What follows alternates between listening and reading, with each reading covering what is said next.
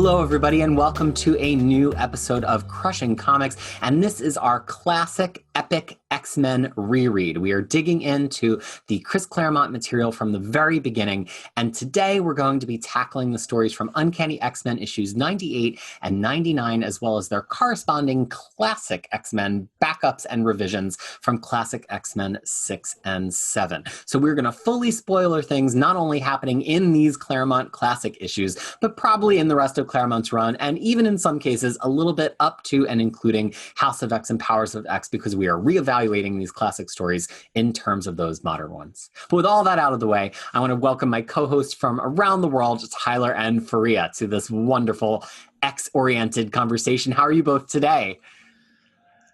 Doing good. I'm kind of getting deeper and deeper into Claremont's X-Men and becoming a true X-Men fan. So I'm Jean fan? I'm not sure yet. Oh. We'll see. But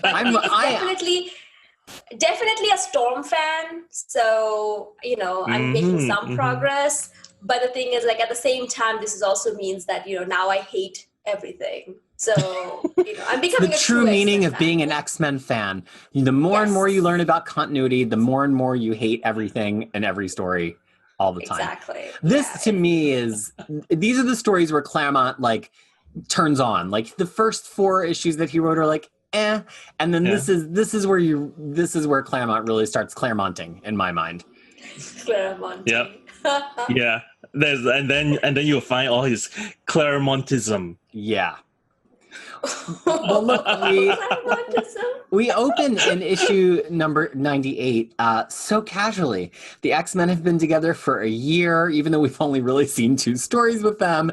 It's Christmas time, and this to me is a time-honored X-Men tradition, which is there's some kind of direction that you should do something in the Marvel universe, which is do a holiday story. And the X-Men author is no, we're not going to do that, which I think is kind of the whole proud history of X-Men. We're going to start with it. Start like we are going to do it, and then we're just going to take a right turn, a hard right turn, a hard left turn. Yeah, X-Men establishing early on that they never will truly and fully participate with Marvel events unless it's their own event. But it does mean we do get some wonderful streetwear fashions of the X-Men. And it's can you really picture this group having seen what we've seen of them in the last 2 issues, just going to Rockefeller Plaza to ice skate? I just can't even imagine them all being in a car together at this point. No, I mean, Fariha, you go first. No, I was just gonna say, it just felt like a forced team exercise that sometimes when you have to go, your work takes you to an after work drink session or something like that. It has the same level of awkwardness in it. And right, this is required team building. Everybody, trust falls. Yeah, let's go. Required team building. So that's why I kind of read it as it's just there's still, even though they say it's been a year, I'm really? Hasn't it? It doesn't seem like they're a group of people who's known each other for a year. Mm-hmm. I don't know. I mean, I was okay, let's see how this goes. Yeah, and they had Nick Fury spying on them. I did catch that. I don't always notice it. With what's her name? There it is. Yeah, right on the lower right corner. Yeah, I did see that. Interesting. Okay, so I did see Stan and Jack Kirby later on, but yes. So I think in the beginning they keep having all these Easter eggs of characters from Marvel Universe coming in, just popping in. No dialogue, no nothing. They just draw. I mean, Cockrum just drew them in. So that's pretty fun. And then every subsequent continuity guide had to say where that would be placed in Nick Fury's continuity. Such as it all fits together. So, owing to the nature of this forced team fun exercise, it seems like it breaks up pretty early. Cyclops has a date with Jean, but before we get to that, we do see Nightcrawler and Colossus peeling off to flirt with some young women, one of whom is coincidentally Amanda Sefton, although we only get the barest of hint of that here. To them, it's just 2 pretty ladies that they're flirting with, but Claremont, in his Claremont way, will turn this into a massive plot for Nightcrawler as the years go on. Who is this person? Oh. Oh, I have not picked up on that. I mean, should we? It's Do you want to know? We could both take a shot at Yeah. trying to explain it. Well, the thing is, it's coming up later, right? You're Yes. saying that. yeah, Okay. it In will. that case, we'll talk about it when it does. Well, I feel like those two were not meant to be. Well, Amanda is not meant to be Amanda Sefton in the beginning. I feel like they I think they were referenced. They were supposed to reference some like 70s movie stars or Broadway stars, and then Claremont just in the classic just inserted a page later on and said, "Oh, I'm Amanda Sefton. You know, I know you don't recognize me now, but blah blah blah. You know." So that's like a page that was added in later on. Yeah. Oh, I did see that page. So okay. Yeah. But you don't know yet who Amanda Sefton is. Yeah, So that's cool. you don't know who that More is. to come. Yeah. So we pivot very quickly from that to Cyclops and Jean. Jean in this lovely black dress with this this fancy gold statement necklace, and they barely have time enough to check their coats at the restaurant. And in through the ceiling bursts the Sentinels, because of course the top priority of all of the X-Men would be to capture Jean and Cyclops, I guess, and ruin everybody's evening at the restaurant by doing it. I mean, these are holiday season reservations. They were not easy to get, but waltz right in, Sentinels. It's okay. Yeah, and then also like Sentinels has been around before this, right? Because this didn't seem like it's something like they knew. I was mostly interested in just saying that. So Sentinels are just robots, right? There's not a person in them.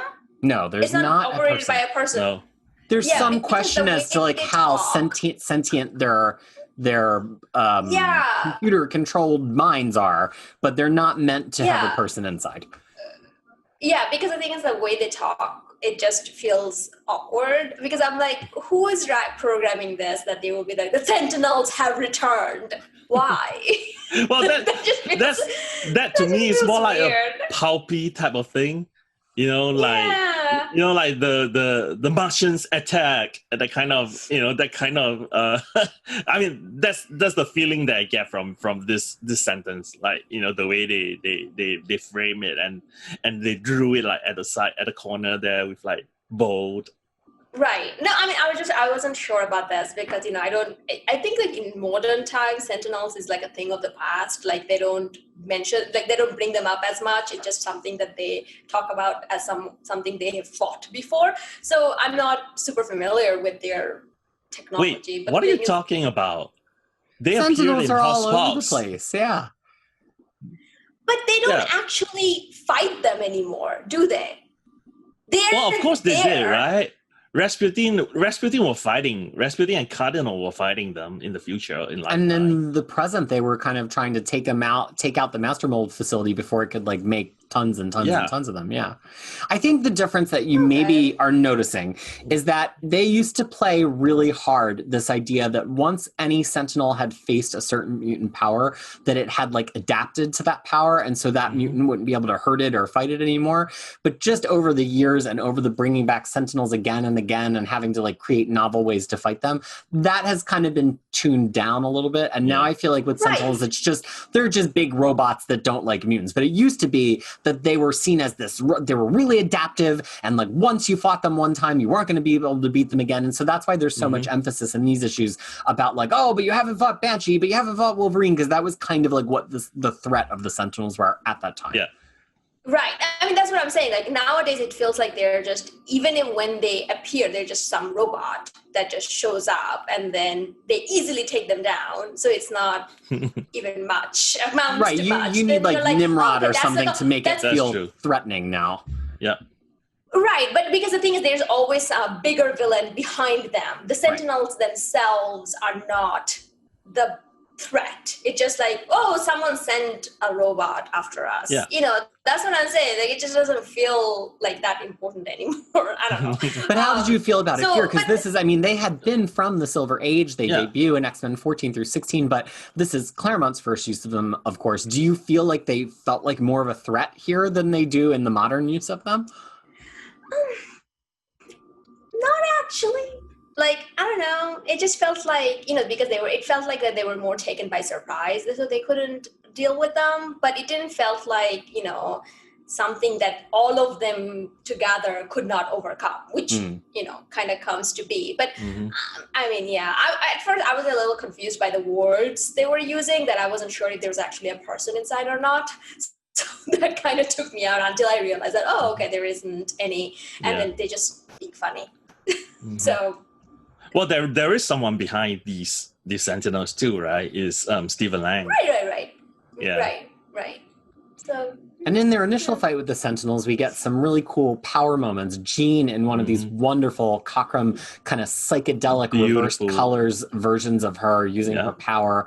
Cyclops just blasting the eyes right out of his glasses, apparently, because they're his time glasses that clearly still have ruby quartz in them, but he lifts up the ruby quartz lenses. But also we get Wolverine with claws coming right out of his hands, which is a surprise to some folks here. And we also get Storm, and kind of the first hint that Storm's weather abilities really can mess up more than she intends, as she almost throws all of New York into a crisis with this size of what is like a tornado or something that she's trying to use to pull the Sentinel out of New York.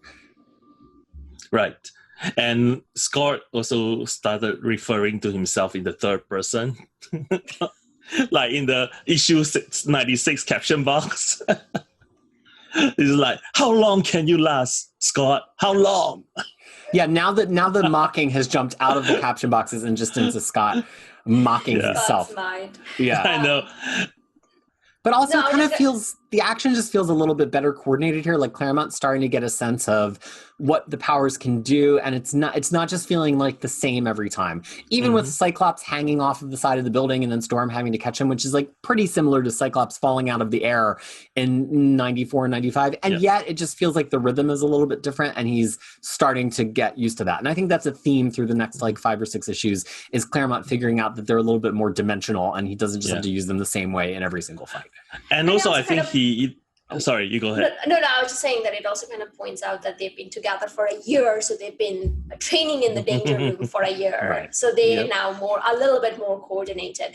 Also to point out that, for Banshee now forever going to be, to me, known as the person that Wolverine just hangs on to as he's just flying away, because that's something they just do all the time. And I'm like, so it kind of actually ask the question, how strong is he? Because, Wolverine is made of adamantium that we now know, which is heavy, but he just flies around the dude, nobody's business. I think Wolverine's supposed to be like 300 pounds, if I recall correctly. Yeah. So and Banshee's just being kept aloft by like the reverberations of his sonic scream. Like he can't actually fly.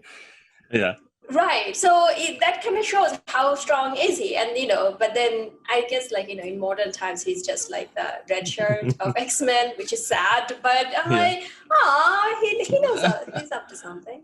Well, that just means, go ahead. The thing is, I was trying to point out that Claremont initially did not really like to write Wolverine and Banshee. Because this issue is the second time. It's the second time that they get taken off panel. Remember the attack of the Havoc attack in the airport? They just appear suddenly in a flying car, like Banshee. That is true. That is true. So I think he didn't really like that. Yeah, but I mean it kind of shows that he really doesn't like Wolverine. We'll talk about it more upcoming. But it's like. Yeah, but that will change. That will change later on. But yes, this is the part where I think Wolverine is still being used as the the crazy guy, the guy who just fights and is really rough around the edges and that kind of thing. And we're going to get to another scene of that with Wolverine, which I'm pretty sure Fariha will have some opinions on. But before we do, it's time to check in on Professor X in the Bahamas, where he's decided to go on a fishing vacation with Dr. Astronaut Peter Corbeau. We cannot take credit for that. Explain the X-Men has a long-running riff about Dr. Astronaut Peter Corbeau. Let me just point out that this character is not debuting now. He was originally a character in Incredible Hulk, and that is where he debuted. But Claremont is starting to do his thing, where he's just drawing everybody in. And of course, Professor X is friends with this guy. And they're out on a nice fishing trip. And Professor X is confessing about this space vision. Now, I have to say, I've now read these issues a number of times. I feel like the space vision plot doesn't make really any sense, even when we get to it kind of reaching its culmination. And the classic X-Men issues in this period like do insert a lot more material into it. And and I think this is one of the things the classic X-Men issues actually help, because the space subplot in the issues, every time he brings it up, he's like, I'm torn because of my visions of space. I'm like, what visions? And I'm like, oh, the bug people from the splash page. I don't know. Is it just me? Like, I've never found this plot to really work very well. Fariha, you're new to it. Is it working for you? I have no idea, because I thought that, this is going to come to fruition later on, as you guys have pointed out. That It will. Yeah, Claremont. Yeah, so then I'm just waiting for that. But is it like actually holding your interest all on its own, or is it holding your interest because we told you that it's going to come to fruition later? I'll be honest with you, nothing about Professor X holds my interest. Except when he acts creepy. Oh, even that. Like, I'm like, oh, this is so boring. Why did we ever? I'm telling you, it's because of Patrick Stewart. I have a complete different understanding of Professor X than I do now. I mean, nothing about him is like, we're going to talk some more later on about how he kind of blows up with Cyclops and all that. But it's like, I'm like, ugh, go away with your space vision. I noted that too, but like this scene is the first time. I mean, well, it's not the first time, but it's it's where the Chekhov's gun appear, right? Because the Sentinel was flying off and was mentioning about solar radiation storm kind of thing. Yeah, so this is like Claremont planning several issues ahead. I mean, this means not only does he already know that Jean's going to have to sacrifice herself, not only does he, like, he already know or maybe he doesn't, and he's just going to write his way out of a trap. I don't know. But I mean, he's definitely laying a lot of elements that he will have to pay off later. Yeah. And so, the Sentinel bursts out from underwater, ruins poor Dr. Astronaut Peter Kubo's boat, and kidnaps Xavier, but not before Xavier gets it with a mind blast, which I think to me just makes me think of like the big X-Men arcade cabinet video game, and how like everybody's power has to work on everything else. So like you can't have a character that has mental powers, but then they can't like fight a robot. So you have to make the damage apply to everything. And we're still in that part of comic books where it's like, oh, we don't want to make it so that Professor Xavier is defenseless. Let's have him hurt the robot with a Cybolt, which like now. Which is like, and and to be honest, that's when I was like, are there people in there? Right. Like that's exactly when I started thinking about that. I'm like, how does his mind blast works on them? What kind of machines are these? Well, and when I read these old comic books, I can never decide if the author's trying to just write their way out of having the psychic character have something to do, or if they're trying to say that like higher order artificial intelligence is affected by a Cybolt, which to me is so much more interesting. But I don't know if we're really level or not. But then, in a previous issue, Professor X was like scanning the computer system, So I think it was just something that Claremont was writing at that point in time, but that will soon go away. Also, in 70s, people did not know how computer works. I'll be honest, people doesn't know how computer works now, so let alone back then. But anyway. Well, we go from that scene to the first scene on the spaceship, and one of my favorite Jean Grey scenes of all time, and I think a scene that's really significant to everybody's read of X-Men, which is, Dr. Lang has them all tied up, and Jean just totally goes off on him, and her dialogue with him starts with, "Where's your swastika, Lang? You don't look dressed without it." And he's like, "I'm no Nazi, just like people might say today." And she says, "Following orders, huh?" And Jean just proceeds to draw a perfect equivalence between his hatred of mutants and the actions of Nazis, and basically says, like, it doesn't matter if you think you are one or if you think you're following the orders or not. We know by your actions. And like, first of all, this is the first, I think, truly badass Jean Grey paneling of ever, really. And then second of all, just to reread this year, I actually reread this last year. It used to be my Twitter header. Gosh, has any 4 X-Men panels continued to feel as significant to the modern day as these 4? I don't know. Am I like reading too much into it? This is really one of my favorite pages of X-Men of all time. But I'd love to hear some other people talk about it. So to me, though, I feel like this is like the first time we have seen the parallel between mutants and, minority in the modern world is kind of put in a way that we still understand it, and then it still is relevant. And I also thought that it was very funny in a way that that she's teasing him even though she's kind of tied up and he's like huffing and puffing around. So I mean I thought that this was a very effective. I'll say though, I wasn't expecting Jean to say it, and then I'm like I said, I'm still not a Jean convert yet, so I'm not sure. I'm not sure, but he's short with me on this. Tyler?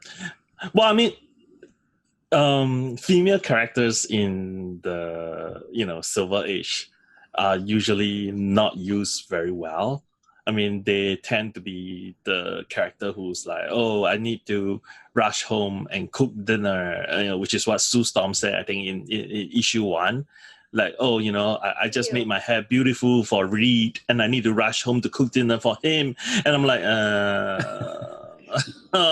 that kind of thing. And I was like, okay, this doesn't hold. I mean, it reads kind of off, but if you understand what it is like in Silver Age. So you have characters here that are being empowered to have a point of view. They know what, I mean, they are their own characters. They can stand up to villains and stand for something.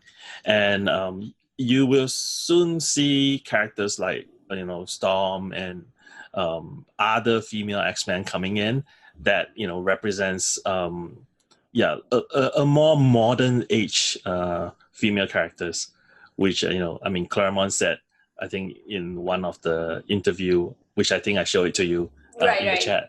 Yeah, that he recognized that there's a void, and so he's filling in that void with strong female characters. And I actually had the chance. Oh, go ahead, Fariha. No, I was just going to say that, and she also made a good, effective way to kind of get Lang down and put him in his place. She knows that this is going to work. However, as great as this 4-panel is, I have something to say about the follow-up panel in the next page. But Peter, I know where you're going, so I won't be too long with this. But I think too that the idea that you could read into it that Jean gets people. She's a psychic, right? She knows how to get under his skin more effectively, and it does feel shocking to me to read this comic from this time because it feels like the things that she's saying with the force that she's saying them feels like something that would even a year or two before have been given naturally to Cyclops or Wolverine to say. And so I just get excited that Jean gets to say it, and I love that she ends with "you sad, pathetic, screwed up little man," which is something we could say about some people in the modern day too and make them feel just as bad. But the thing I was going to insert to what Tyler said is I actually had the chance to meet Claremont once and ask him about that idea of bringing in strong female characters and filling the void. And part of his response, which I think is fascinating, is that while he did see that there was a void, he's like, I was just reflecting my life. I was reflecting my mother. I was reflecting people that I knew, in my upbringing that were involved in World War II and were women. I was reflecting the reality that women are strong. And that to me was so personal and so affecting because that's why I picked up X-Men to begin with, because I was living a life with, void of strong men or men that had any worth at all, that was all with strong women. And I was like, well, of course fiction should reflect this, and why doesn't it? And so I had this moment of deep connection with Claremont of yes, this is exactly why I love X-Men. You're the reason because you get it. He wasn't just because Sue Storm hasn't been written well. It was so much deeper than that. It was about reflecting the reality of life. And it's just really powerful to me. But now his mom is a pilot, right? Was she a pilot? I'm trying to think of the. I think she was a pilot or something like that. I mean, I knew she was involved in the war, in some ways. She was a pilot.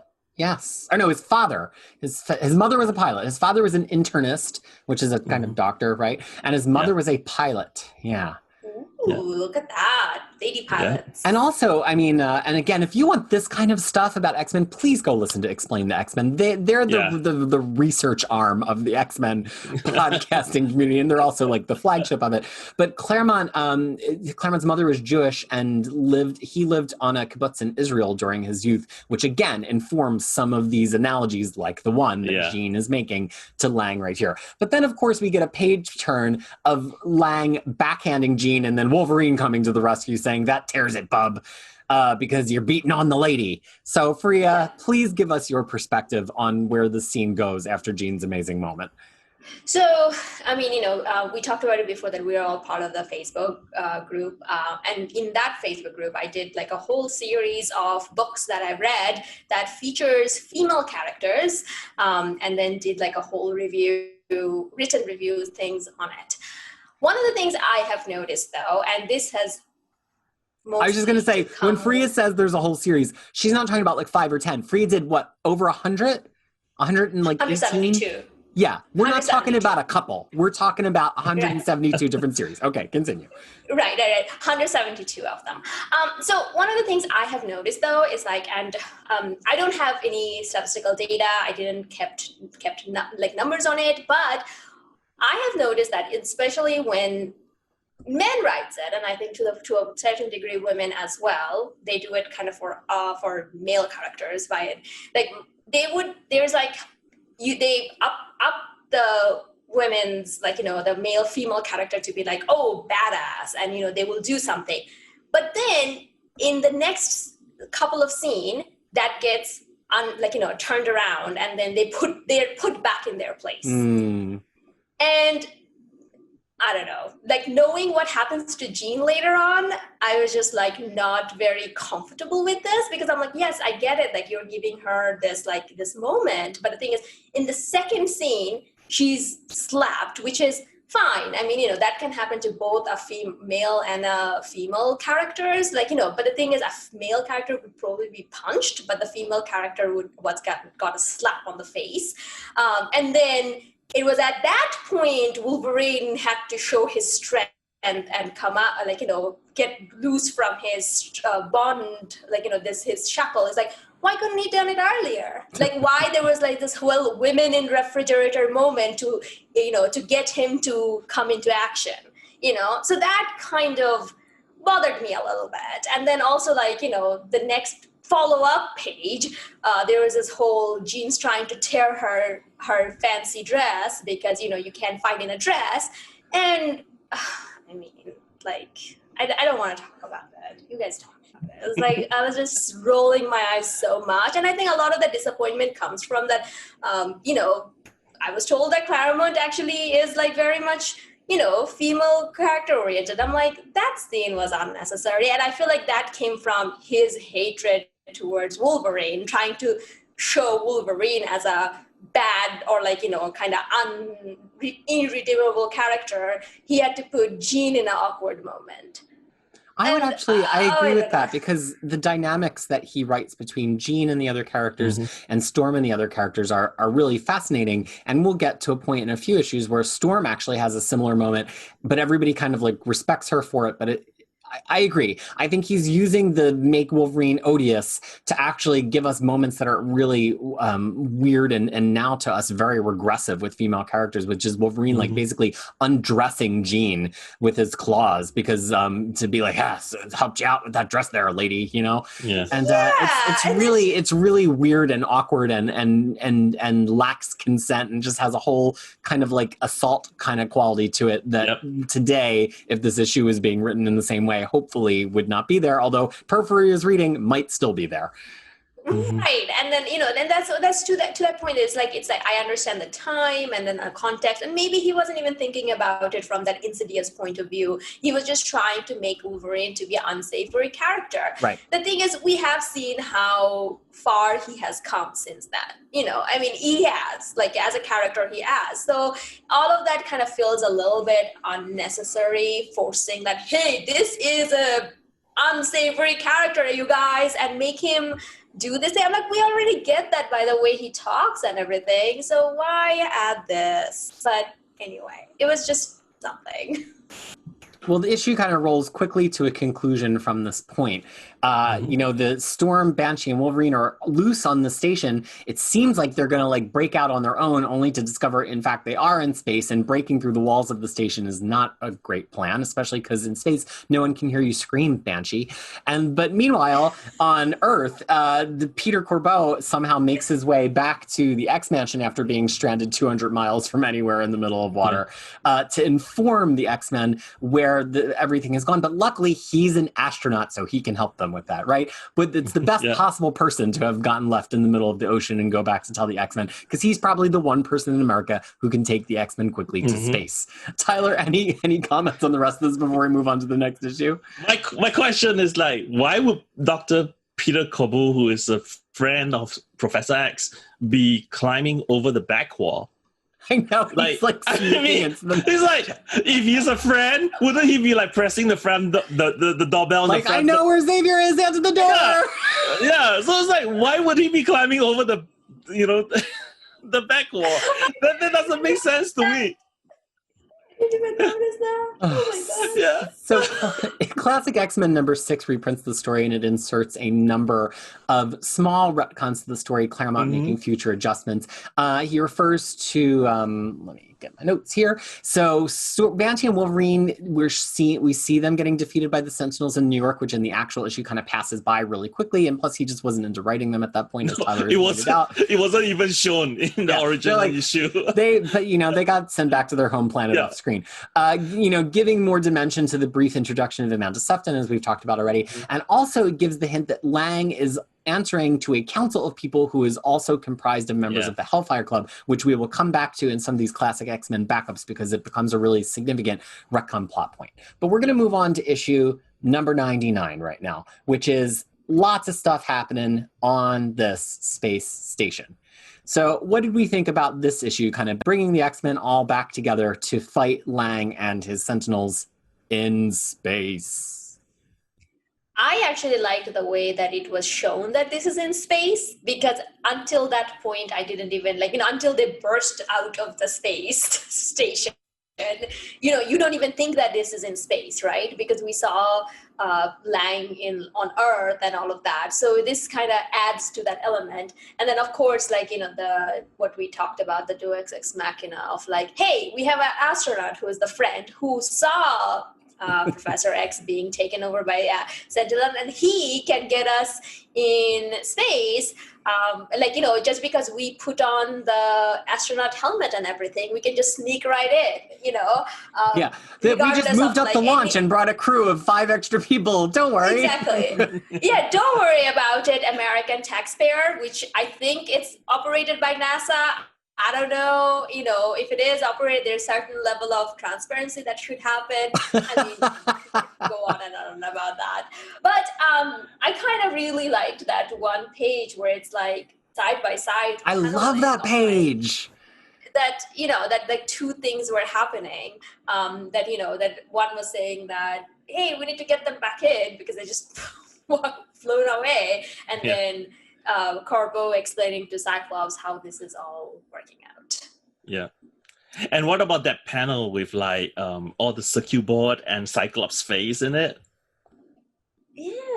There's just I think that page is a really cool, inventive page. I mean, it's a 10-panel page, and the side by side is interesting. As I was reading this in my omnibus, my daughter came into the room and she's like just reciting it because she has these issues memorized, and she's like, but isn't it interesting how you can read across or read down on this page? I'm like, you've clearly been reading Claremont X-Men since you were 4 years old. It is really interesting because it's one of these things where it works side by side, but then you can just read them both down sequentially, and it's very clever. Mm-hmm. And it's actually also I think a manga way of doing things, because they don't do strips like sideways, they just do top to bottom.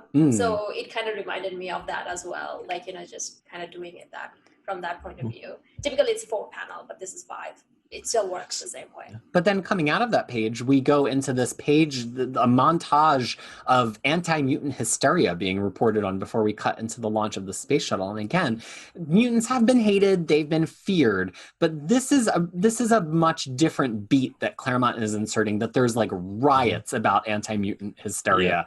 Yeah. This is Claremont building something of his own. And to that point, though, it's like, what is the hysteria supposed to accomplish? Like, what are these people rioting? Like, what are they, like, they're just going there as, like, no more mutant, and then what? Like, I don't know. I was just laughing at that as well. Like, well, and it's really interesting because there's, like, a wag the dog...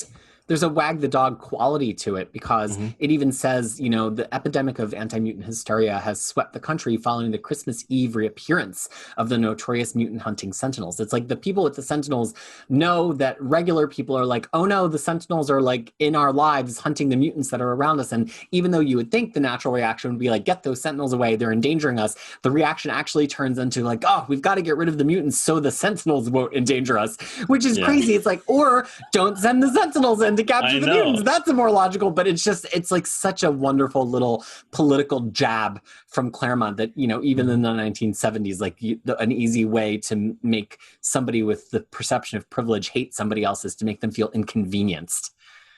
Well, and there's even like a panel of pro mutant judge getting like, you know, his house getting set on fire. Yeah.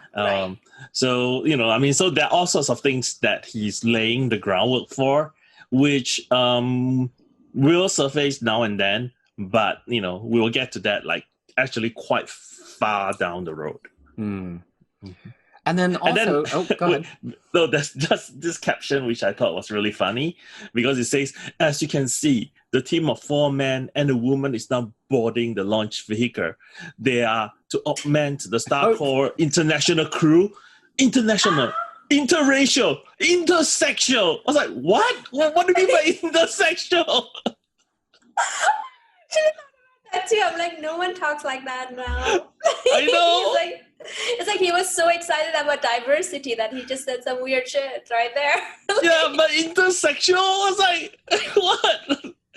So there's male and female. It's not intersexual. It's not. I mean, intersex is completely different concept. I know. Now. So that I was like, what does that even mean? But it gave me like it gave me heavy vibes of like the guy who's really trying really hard in your company, but he hasn't had the sensitivity training yet, and he's like saying things. And you're like, no, stop saying the things. To be honest, I think that, you know, he was actually right. Like, it's not like, why would Claremont say that? But it's like, that's exactly how news people would probably react to new things, like, you know, new ideas and things like that. But to that point, though, what you were talking about, that, you know, how saving, like, I want to actually save some of these paid panels as my backup. So every time someone now says, oh, why aren't mutants will just go and live in an island on their own, I can just slap these paid panels in their face. I'm like, yes. See, look what humans have done. So shut up. So reading the classic stuff helps you now. It helped me all this time. This is one of the reasons I couldn't read X-Men all these years, because it's like, that's all X-Men is. Like, you know, they're just hunting, like, you know, fighting and fearing humans. And now it's like, well, it started over there. And all of these people are like, oh, I'm a Claremont, pure X-Men Claremont fan. I'm like, yeah, so you didn't read all this? Like, right, like that's my whole point. Like, if you're a Claremont fan and and you're committed that you're this big Claremont reader, like, you read Jean's monologue last issue, you read the stuff in this issue, like, X-Men is about social justice. It's the whole point.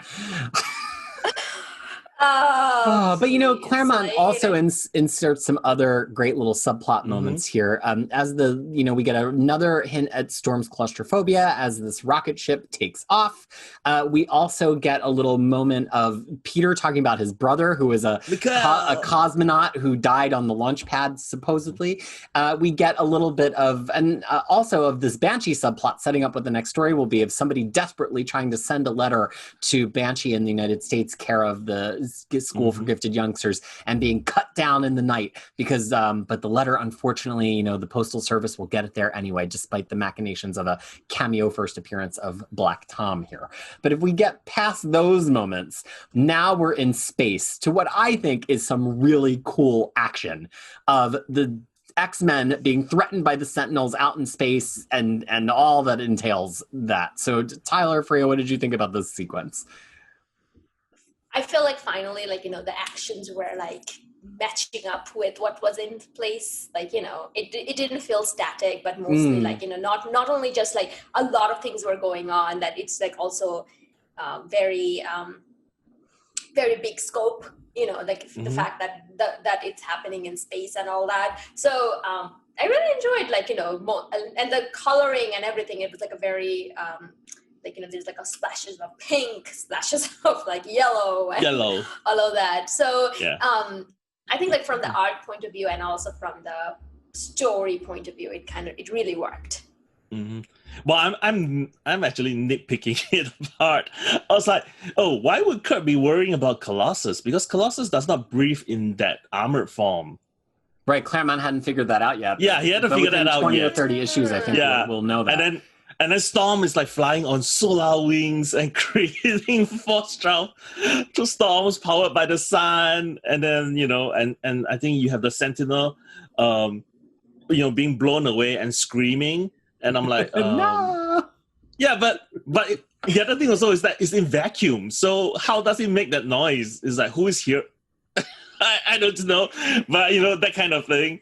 And then, and then we talk about Claremontism. There's one here. It's nice try, but no dice. You will see that 100 times. You will see that all the time. No dice. Yeah, I saw that. I was but it will keep coming up.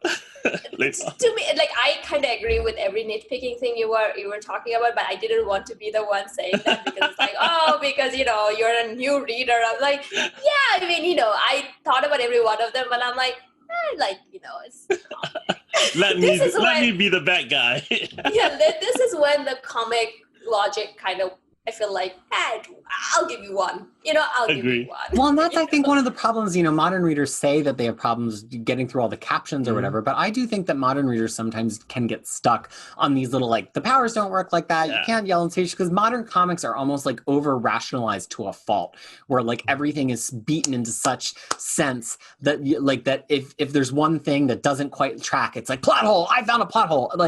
That's not even what the No Prize used to be for, know? And I just think maybe because I grew up on a lot of comics like this, to me it's kind of just charming in a way. It's we'll fix that later, but in the moment doesn't matter. It only matters when a later author seizes upon it. It's Storm can make force 12 gales in space. But Claremont himself goes back and fixes it. If we look at the classic X-Men revisions to this issue, it shows a little bit more of how the X-Men got to the space shuttle, which is a bit of a mystery as you're reading this issue. It shows Banshee and Wolverine kind of getting freed by being captives again. And it also, it totally rewrites the panel with Storm's powers in space.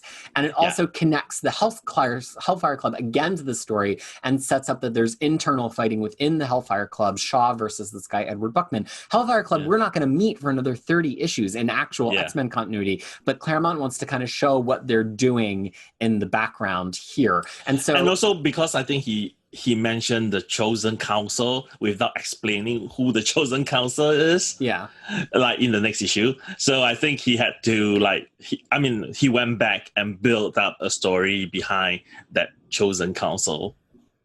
And also, I think that if you were doing a full everything X-Men read, you're about to encounter Emma Frost in a backup story. So if you wanted to read Emma Frost's 18-issue solo series, which is about kind of her teenagerdom and childhood in parallel to Silver Age X-Men, you probably will want to have read it by now, because if you're doing a full read, you're about to meet Emma Frost in a backup. This issue, by the way, ends on this whole, the X-Men are going to fight the X-Men, which is so Silver Age. But we'll talk about that more in issue 100, which I think we'll be doing in the next episode. So before we move on to the actual stories in the classic X-Men issues, any more comments on issue number 99? I have a comment. Oh, everybody's ready. Yeah. Okay. Go ahead. Yeah, everybody has a comment. Oh, yeah. Oh no, my comment was like, I think up to this point, I felt like what's his name? Oh my God, follows us. Peter. Yeah. Peter. Peter, Peter yeah. was like very Peter. Peter is like very pro USSR as of right, up to that point, because he's kind of portrays this like very happy-go-lucky Russian, which you don't quite see a lot.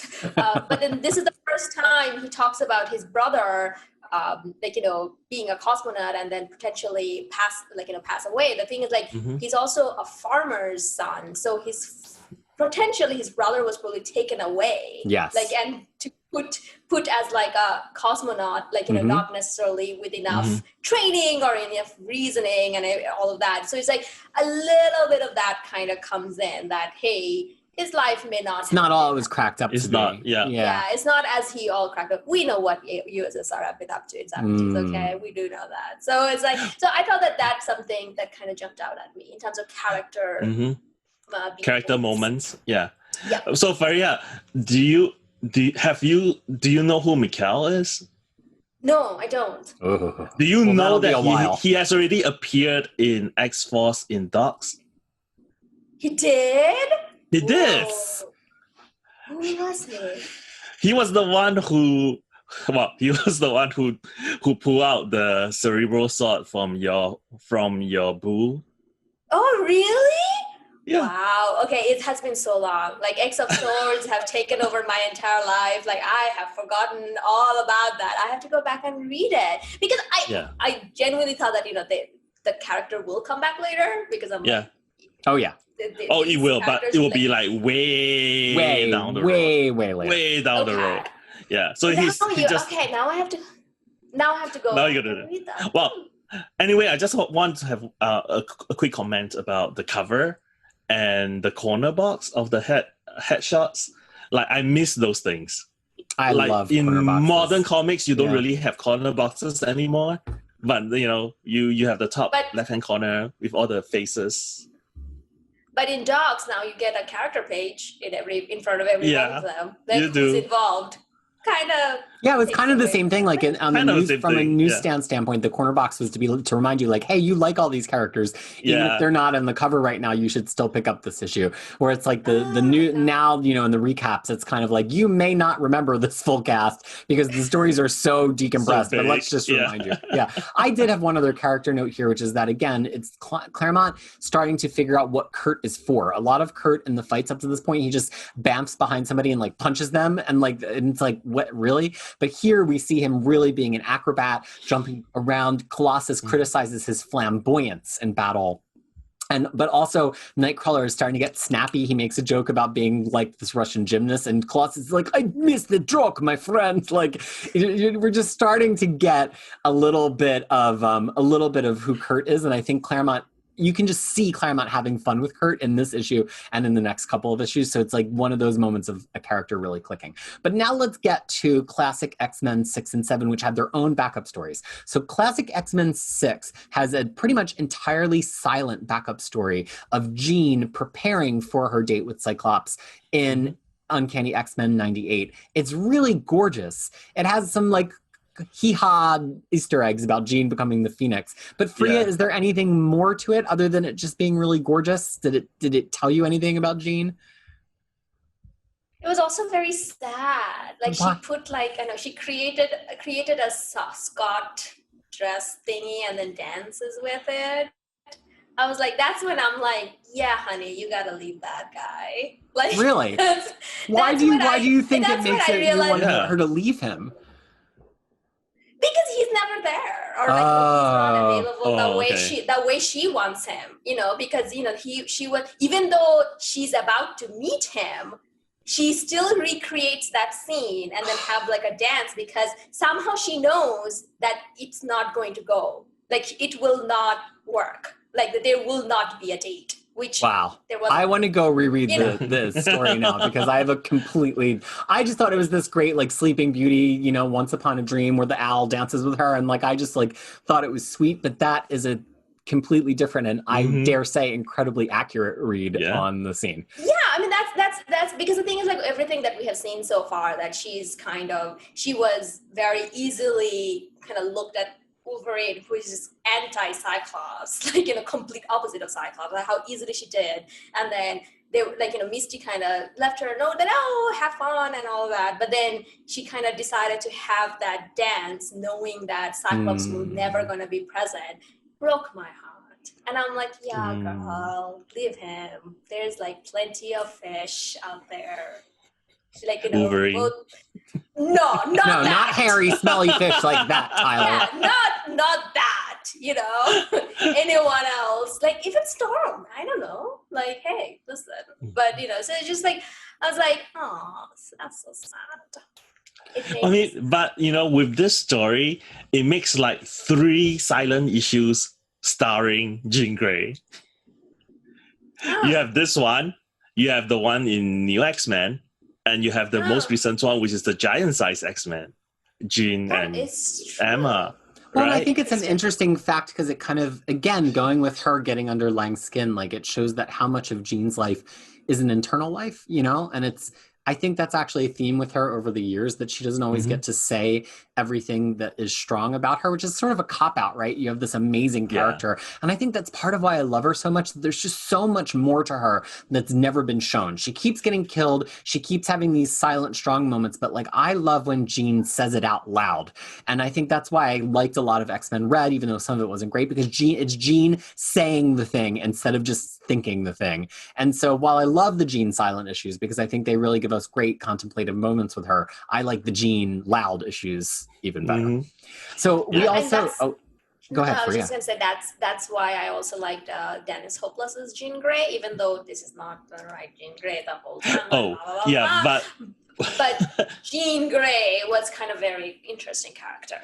That young Jean Grey is a very different, well, in some ways it's a very different Jean Grey as this grown-up Jean Grey. Yeah, and I think it makes sense because it was like a redo, right? Like, it's like, if I were... Right, if we could do all of this over. Yeah, we could do all this over, I would be a different person, like different person. So I think which was an interesting take. I mean, which kind of like sort of is my defense for young Jean Grey, because it's like, look, she knew she's going to die if she continue on this path. Right. Like, what do you expect her to do? Just be herself, like her same old self? No. Or say all the things, Yeah, of course not. I mean, of course she's going to be a little bit immoral, in that sense. Because she knows that, like, this is the path leading to my death. I'm going to steer it so that I'm not on that path. So, well, we also have one more classic issue here, and I have to admit, this is the first time I've done more than just skim this issue for a guide, and oh my goodness, there is a lot of material in this story in X-Men Classic number 7. It's the first full-on Hellfire Club story. We get Shaw's machinations. We meet who will later be Sage. We get Emma Frost operating, I think, before she's officially the White Queen, because at the end of the story, the White King gets killed. We get them fighting as Sentinel, including Harry Leland. And I have always felt, as a Dark Phoenix Saga connoisseur, that I don't know that Shaw's powers and Leland's powers are used in a really great way. We only get to see them use them once or twice in Dark Phoenix Saga. I think this is like a better Hellfire Club fight against the Sentinel than all of the Dark Phoenix Saga, but it also is really interesting because it shows that the Hellfire Club was not necessarily and is not necessarily a mutant exclusive club, and that the power dynamics inside of it are such that sometimes there's humans who are trying to eliminate the mutants, sometimes there's mutants who are trying to eliminate the humans, and it's no more immune to those kind of battles than the wider society. So I think this issue, I personally might read this issue later just because it introduces the Hellfire Club so early, but I think it's a phenomenal story. And I even felt for the character that died, even though she just got introduced right in that moment. Yeah. I don't know. Tyler, Fariha, what did you think of this introduction to Hellfire Club? So I'm not kind of privy to all the things that are coming up, so I will reserve that comment for a later time.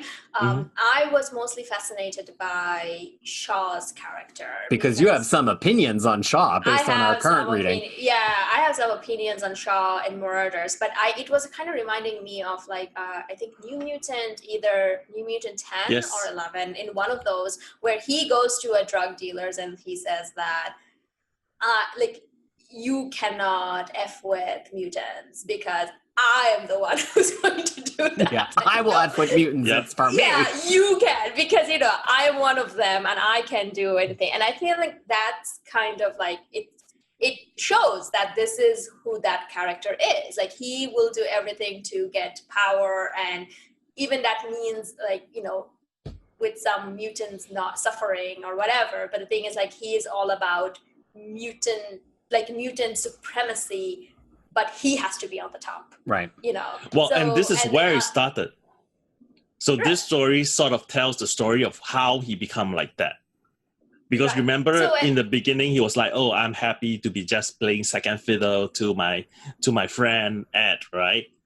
Yeah. And then Ed double crosses him, and he's like, "Mutant power."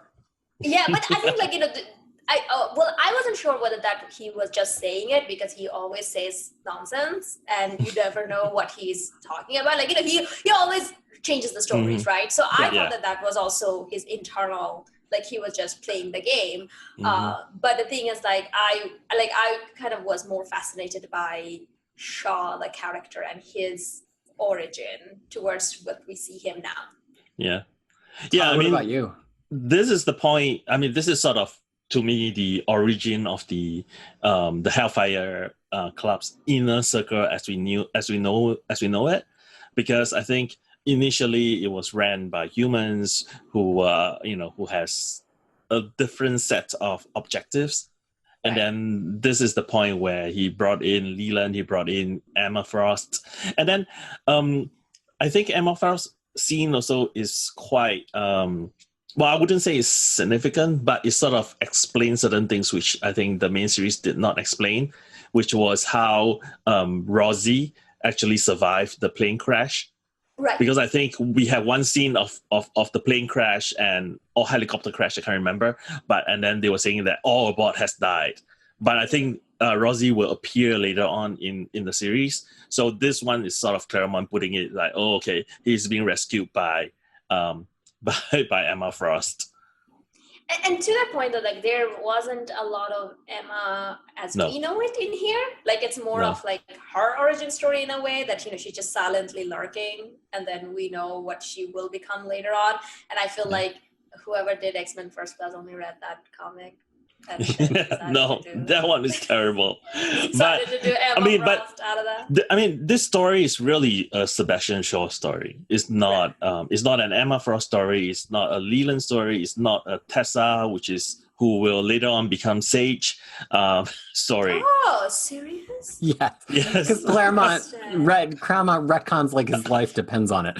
But yeah, Emma Frost really does have an interesting arc, and I think reading her series adds to this too, where she goes from kind of underling to like somebody that gets noticed, to somebody who shows power, who's somebody who has power, to somebody who's in power. And Claremont actually does do that arc, because we see her go from kind of this like helper, almost subservient, to probably by like her appearance in the 150s of Uncanny sort of being almost equal to Shaw, and then by the time we see her again in the 200s of X-Men, she's the one in charge. So it's really interesting, and Emma's a quintessential Claremont character. Also, speaking of things quintessentially Claremont, we're coming upon a huge issue with Uncanny X-Men 100 that has one of the first big cliffhangers in Uncanny X-Men history, and we're going to be reading it in our next episode. So if you want to keep up with us, next episode we're going to be doing Uncanny X-Men 100 and 101, and also Classic X-Men 8 and 9, which includes revisions to those issues as well as backup stories. Although we will warn you that the Classic X-Men number 8 backup is a serious retcon, and if you just want to read the original arc of Phoenix as it was written at the time without the later 1980s retcons, you probably should skip Classic X-Men number 8, but we'll tell you more about that next episode. So, any parting comments from us before we say goodbye until next time? I feel like the Claremont's run is actually taking off. Oh, heating up a little bit for you. Yeah, you know, I mean, it's because before, I think this is the first ones where it's like not plotted by Len Wein. So it's just like, Claremont, and I'm like, let's just see where it goes. All right. Yeah. Oh my God. You would not know where it's going. I would be afraid with any other thing on this planet to overhype it, but there's just so much in Uncanny X-Men that it's impossible to no matter how much we say, there's more. I know. So on that note, we'll leave you today. From myself, from Tyler and Fariha, thank you so much for listening and watching Crushing Crisis and Crushing Comics. And we will be back in the future to talk more about our epic X-Men reread. Please take care. All right. Bye.